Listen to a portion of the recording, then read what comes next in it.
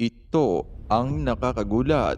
Handang-handa na umano ang libu-libong miyembro ng Moro National Liberation Front o MNLF na pinamumunuan ng dating gobernador na si Nor Miswari. Oras na para bigyan sila ng signal ni Vice President Sara Duterte upang labanan at pabagsakin ang kasalukuyang administrasyon na pinamumunuan ni Pangulong Bongbong Marcos. Ito ang naging pahayag ng MNLF spokesperson at state chairman na si Rolando Olamide sa isang live interview. Ayon nga dito ay kitang-kita umano natin ang ginagawang panggigipit ng kasalukuyang administrasyon kay VP Sara Duterte at maging ang seguridad nito ay tila nanganganib na rin dahil sa masamang balak ng mga ito upang tuluyang mapatalsik sa pwesto ang pangalawang pangulo nang sa gayon ay wala nang humadlang sa kanilang mga pinaplano. Dagdag pa ni Olamide, malaki umano ang utang na loob nila sa pamilya Duterte dahil sa kabutihan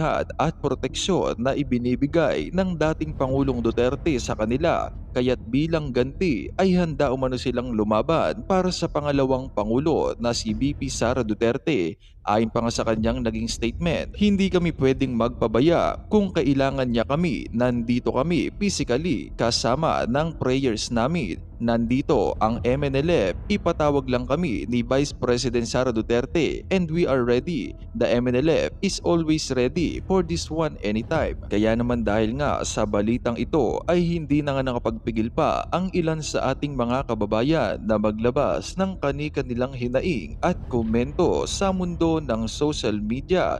Ayon nga sa kanila, paktay tayo dyan, kalabanin nyo na lahat, wag lang ang mga Duterte dahil nasa Mindanao lahat ng mga mababangis at mga mandirigma. Ito talaga ang ikababahala ko pag kumilos ang mga sundalo at kapatid na Muslim. Handa rin ipagtanggol ang VP, BBM, wag mo nang antaying maubos ang pasensya ng buong sambayanan at baka kung saan kayo pupulutin. Kaya mag-isip-isip ka na, Mr. President, wala na sa hulog ang pinaggagawa nyong magpinsan at mga aso nyo dyan sa Kongreso. Konti na lang, Mr. President, ikaw din. Saludo kami sa inyo, sir, at sa MNLF. Protect our VP Sara Duterte. Magkaisa tayo at narito, panoorin pa natin ang buong video. Very obvious ang ginawa na magtanggal ng security para the Vice President will be open to any accident, incident, whatever. Vulnerable yan.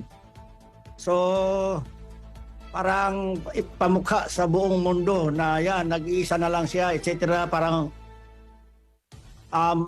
matanggalan ng pwersa, talagang vulnerable siya. So, it is a violation yan. Gaano namang kahalaga na yung mananatili sa kanya na security ay meron siyang trust and confidence? Kasi napansin niya, yung pawang mga tinanggal sa kanya, yung matatagal na rin sa kanya, galing sa Mindanao, yun pa yung mga nilipat dito, tapos yung mga meron na mga ibinigay doon, na yung mga natitira, pero hindi siya yung pumili. Gaano kahalaga na meron kang trust and confidence sa yung nakapaligid sa'yo? Number one, pinakamahalaga talaga na yung security mo, trusted mo talaga yan. Mahirap maglagay ng security na wala kang tiwala. So, hindi ka mapalagay talaga dyan. So, deliberate yan na gano'n ang ginawa para ma-demoralize ang ating Vice President, the second highest office of the land. Dapat hindi nila ginawa kay Vice President Inday yan. Very obvious talaga. Opo, at si Senador Ronald Bato de la Rosa nag-post po na kumbaga nanawagan sa lahat ng mga nasa o galing ba sa security sector o marunong ng armed combat na willing, no, bayanihan para sa pagbibigay ng seguridad dito kay Vice President Inday Sara. Sinigundahan naman ito ni Senador Robin Hood Padilla at ni Senador Bongo, at nakita ko rin po sa post ninyo na handa rin kayo na magbigay ng seguridad po sa pangalawang Pangulo. Yes, it is incumbent for us, obligasyon namin. Hindi namin pwede mabayaran ang pag-secure ng mga Duterte sa amir namin, ng aming founding leader, Professor Nor Miswari na nandito sa Davao. malaki ang utang na loob namin sa kanilang pamilya. So, hindi kami pwede magpabaya. Kung kailangan nila kami, nandito kami, physically, kasama na mga prayers namin, na sana sa panawagan niya, pamilya niya, mother, mga anak, nandito ang MNLF. Ipatawag lang kami ni Vice President, and we are ready. The MNLF is always ready for this one.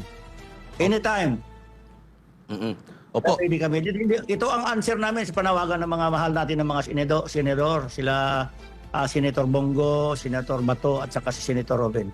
Here we are, the MNLF. We are ready.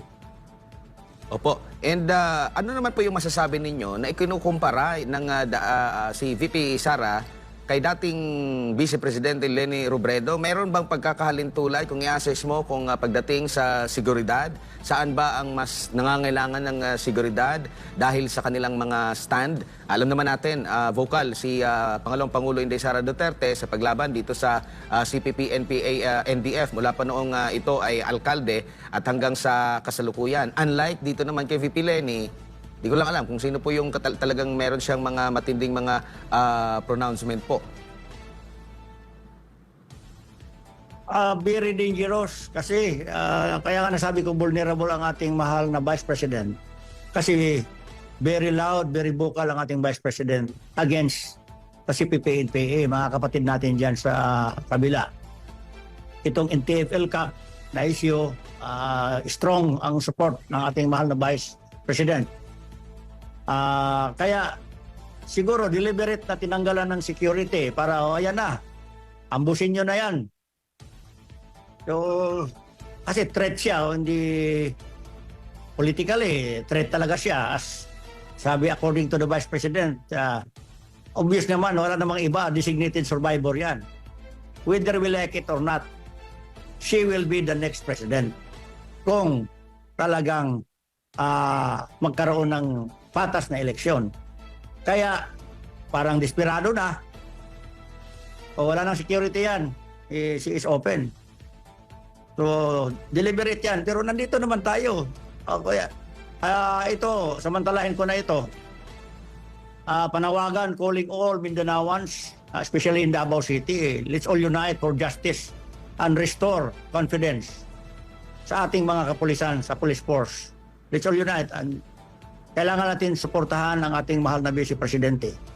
At sa hanay naman ng mga kapulisan, kung kailangan ninyo ang support namin, we will support na maayos natin ito sa anumang bagay. Siguro I will rather recommend, marami namang pwedeng maging chief PNP dyan na may alam ng batas, na may background ng law.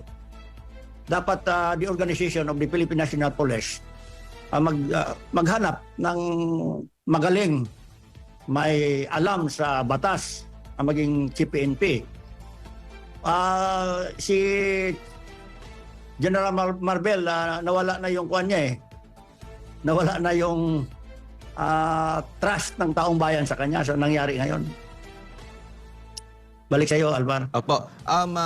Sir, itong, nagpalabas din po ng mensahe ng pagpapasalamat itong si VP Sara Duterte sa lahat po ng mga natatanggap niya na mga suporta, no? Kabilang na ang mga senador, kayo rin po, nabanggit niya dito, sabi niya, huwag kayong mag-alala sa akin at hindi ninyo kailangan mag-ambag ng pera para sa security ko. Ang pagtatrabaho sa pamahalaan ay pag-aalay ng buhay para sa bayan. Alam nating lahat ng bahaging ito ng serbisyo. Isa lang ang hiling ko sa inyo, ang kaligtasan ng aking pamilya. Huwag ninyong payagan ang anumang karahasan sa aking ina, asawa at 4 na anak, personal man o sa internet.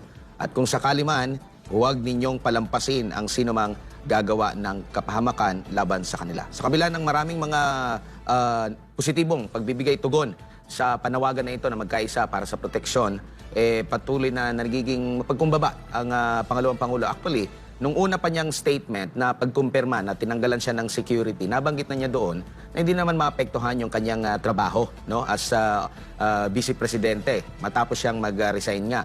Pero yun nga yung ikinainis niya dahil gusto na niyang tuldukan yung issue, yet tuloy-tuloy pa rin itong mga sinasabi niya na kasinungalingang pinagsasabi nitong si Romel Marbel, Sir Asis. Yun na nga, nakikita ko at narinig ko rin yung Halimbawa, nagpadala ng sulat na ganon. So kaya nasabi ng ating Vice Presidente, sinungaling siya. Mhm. So siguro malakas siguro masyado yung boss ni Chief PNP Marbel na wala siyang magawa except to obey. Dapat kung ano ang mandato ng PNP, hindi siya dapat ma-influensya ng any political movement. It's obvious ito, political harassment talaga yan. So sad, nakalulungkot itong nangyari sa ating bayan ngayon. Opo. Sir Asis, bilang panghuli, bago si partner Jay, nakikita niyo po ba yung pangyayari doon kay dating Pangulong Donald Trump ng Estados Unidos? Maaari ding mangyari. Siya, ano na siya kumbaga former siya, nasa ano na siya, kumbaga civilian, balik civilian siya, doon siya yung pambato ng Republican. Pero ito, nasa ano tao, nasa mismong pamumuno pa, pangalawang pangulo natin. So maaari din na mangyari yung nangyari doon kay Trump dito kay Vice President Inday Sara? Of course naman. Kaya nga, naisipan ko volunteer, mag-post ng security na tutulong tayo sa pag-provide ng security kasi hindi natin pwede ma-underestimate ang kalaban. Banta ng buhay ng ating... Kung desperado na ang kalaban, mag-resort na yan to any eventualities para lang mawala yung banta nila sa politika. So, posible nang mangyayari yan, ang nangyari kay Donald Trump dito sa kay BP Inday. Kaya kailangan manawagan na tayo na mag-ambag-ambag, magtulong-tulong na lahat. Lalo na tayong taga Davao. Maggawa na ng coordination kung sino man. Ito mga retired generals ng mga kaibigan, just call me, alam niyo man ang number ko. Mag-ipon-ipon tayo, then let's consult the Office of the Vice President kung kailangan ba, necessary ba, and we will plan for the necessary measures paano natin maayos ang security ng ating mahal na Vice President Inday Sara Duterte. Sir, mayong gabi si Jade po ito. Kanina nabanggit po ninyo yung boss ni Marbil. So, ang ibig pong sabihin, hindi malayo na may kinalaman po ba sa desisyon ni Romel Marbil ang Pangulo Bongbong Marcos sa pagtanggal nga ng security personnel kay VP Inday? Parang ganun ang tono Jay, kasi kung si Marbil, imposible naman darating siya sa posisyon na yan, sa rank na yan, wala siyang alam sa batas. Wala siyang alam sa jurisdiction ng kanyang mga operations. May mga boundaries man yan. Kung mag-exceed ka na, alam niya yan. Rest na yung opisina niya, rest na yung posisyon niya. So hindi lang niya siguro matanggihan kung sino ang naglagay sa kanya. Kung sino man ang naglagay dyan sa kanya, yun ang nag-utos sa kanya. So wala siyang magawa to execute. Kung ano man ang nasa ilalim ng plano na yan, lalabas at lalabas din yan. Hindi yan, lalabas din yan. Oo, gaya nga sinabi po ninyo, sir, mismo ang Vice Presidente, wala nang respeto dito sa hepe ng PNP. Sa tingin mo, suportado din ba ninyo yung mga panawagan ng ating mga kababayan na dapat umalis na sa pwesto, mag-resign na itong si Romel Marbil bilang hepe ng PNP? Yes, Brother Romel, step down na. Sira na talaga yung image mo. To save your neck, step down para may moral ka pa dyan. Bitiwan mo na yan. Mainit na masyado yan. Then say sorry for your boss. Sabihin mo, boss, ipit na ako masyado. I have to resign. Para to save the image of the Philippine National Police also. Tapos maglagay kayo dyan ng Philippine Police. I will recommend. I am very sorry. Pero my recommendation, kailangan may background sa law ang magiging Chief PNP. Sa kanyang pamumuno ho ba, sir, nakita nyo ba maraming nagawa itong hepe ng PNP ngayon, itong si Romel Marbil? Ito nga, yung nangyari doon sa QGC, under sa pamumuno niya plus ito kay BP Inday, pamumuno niya, talagang malas masyado. I am very sorry. Wala talaga. Mahirap talaga i-commend ang mga nangyayari under the watch of itong si General Marbel sa pamumuno niya. So I will support sa mga panawagan. I am with them na step down I am very sorry, Brother Romel, Marvel. Bukod nga sa walang paggalang sa pangalawang Pangulo, sir, nakita din po natin kung paano niya kinikilala, o hindi nga kinikilala, itong karapatan ng mga nasa iba't ibang relihiyon, mga naniniwala, nananampalataya, tulad ng KOJC. Dahil nga itong mga kapulisan, hindi ho ba malayo din na siya din ang nasa likod nung yung mga armadong pag-atake ng mga armadong otoridad dyan sa mga KOJC compound? Sa tingin po ninyo? Of course, wala tayong ibang pagbintangan kasi siya ang chief PNP, siya ang pinakataas ng organisasyon. Totoo. Kaya kung ang QGC kailangan kami, ang MNLF, nandito lang kami para we will volunteer, magbantay sa inyo dyan kung kinakailangan. Not naman really for whatever. Physical lang, wala kaming barel, dyan kami sa labas. Para lang makita na wala talaga yung threat. Mawala yung threat. Kasi traumatic na. Nabalitaan ko, traumatic na yung mga bata diyan sa loob, mga pamilya, everywhere. Kaya talagang kawawa. Naawa talaga ako. Opo, tulad nga ng sinasabi ng Vice Presidente, akala niya yung banta natin sa seguridad ay mula sa mga external element. Yung banta pala mula sa mga opisyal ng gobyerno, tulad ng ating kapulisan, ay yung mga KOJC missionary workers po, ay mismo saksi unang-una sa harassment, intimidation, at pagteterror, no? Pananakot na idinudulot po nitong mga kapulisan sa paligid ng mga KOJC compound. Para lang din sa kaalaman ng ating mga kababayan, may mga personnel po ng mga kapulisan dyan sa paligid ng KOJC compound, Sir Olamit, na alam po ninyo yung kanilang mga sasakyan, walang mga plaka. Nagsusuot sila, walang mga name, walang mga pangalan. Paano sila mare-recognize ng mga missionary workers? Ang nakakabahala kasi, baka mga rebelde ito, mga eskalawag ng mga pulis, ginagamit ng kapulisan. Nagtatanong lamang po. Exactly. Siguro, palitan yan sila ng kung gusto talaga nila magtrabaho kasi sinusildahan, sinasahudan yan sila. Pwede man sila magpatrolya dyan, wag lang sila magharas. Din-display nila yung kanilang pangalan para official.